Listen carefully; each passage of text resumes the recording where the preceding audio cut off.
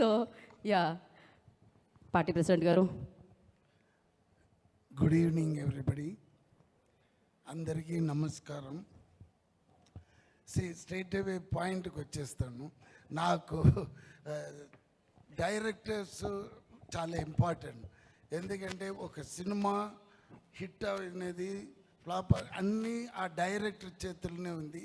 All the credit goes to him only, because ఆయనే ship captain లాగా ఈ సినిమాకి ఒక director important.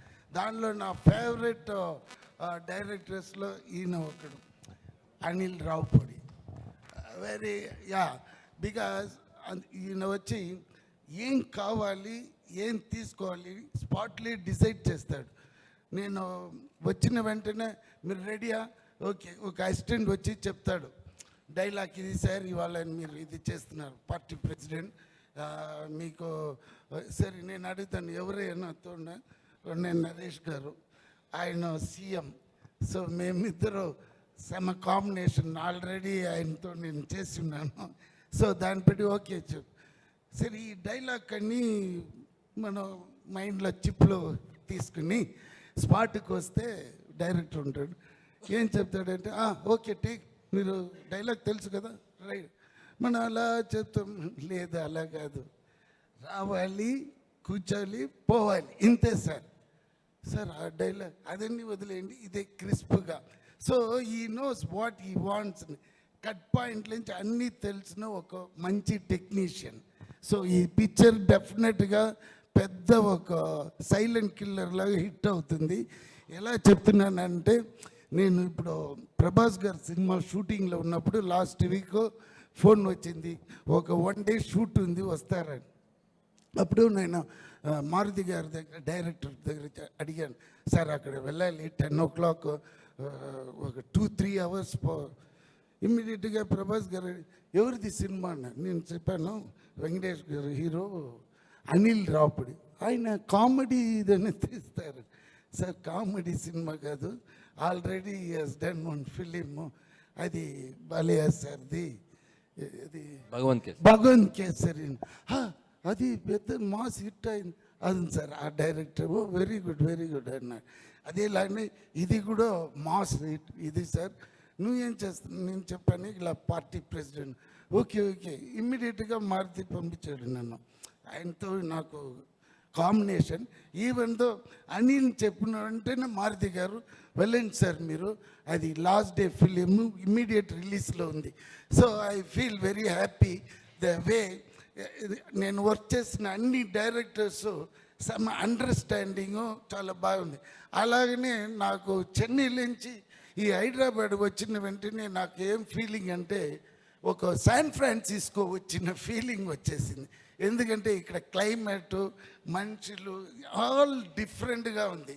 So almost I'm been year 1 year. అది ఏదో సౌండ్ వచ్చింది, అంటే టైం అయింది. సో వీటి సార్ బాగా ఫుడ్డీ. సో మార్నింగ్ 10కి రాగానే అమ్మ లంచ్ ఏంటి అంటాడు ఫస్ట్ రాగానే. అదే మెయిన్ కదండి, ఎంత కష్టపడినా మనం ఇది టకటగానే. ఇక్కడ ట్విస్ట్ ఏంటంటే నరేష్ గారు షూటింగ్ స్పాట్లో ఉన్నారంటే, అయ్యో అది మర్చిపోక చెప్పాలి నిజంగా. ఆయన వచ్చినారంటే నేను ఇమ్మీడియట్గా పొద్దున్నే వచ్చి బ్రేక్ఫాస్ట్ బాగా తినేసి వస్తాను. మధ్యాహ్నం నరేష్ గారు ఉన్నారని, ఎందుకంటే థ్యాంక్స్ సార్, అందరికీ ఇంట్లో నుంచి తీసుకుని వస్తారు ఇంత పెద్ద బాక్స్లో బిర్యానీ, అది ఇది చాలా ఇంట్రెస్టింగ్.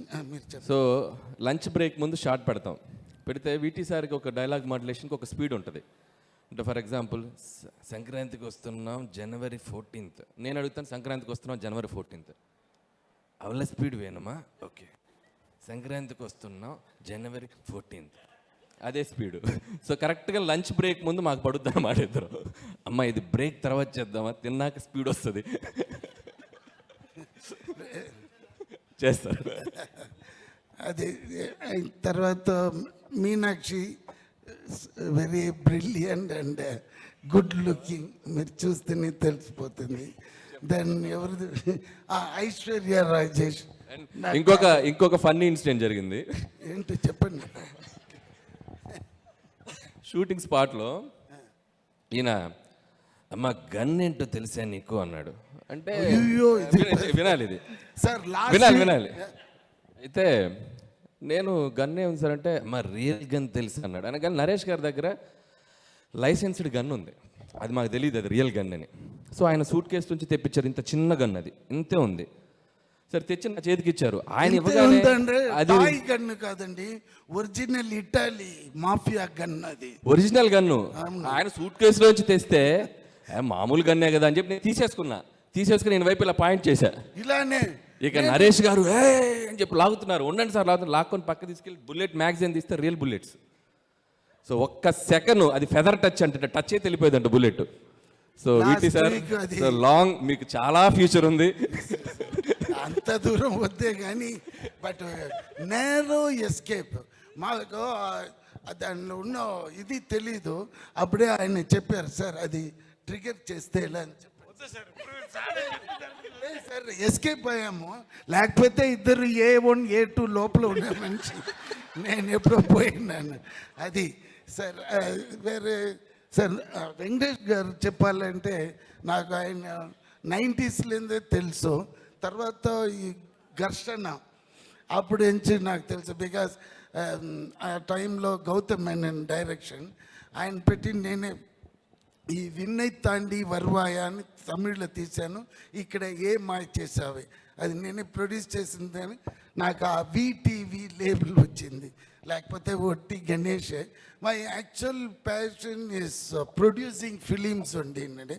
బట్ బై ఒక ఫ్రీక్ యాక్సిడెంట్లో నేను ఆ సినిమాలో యాక్ట్ చేశాను. మళ్ళీ యాక్టింగ్ కంటిన్యూ చేస్తున్నాను కానీ బట్ మై ప్యాషన్ అంటే ప్రొడక్షనే.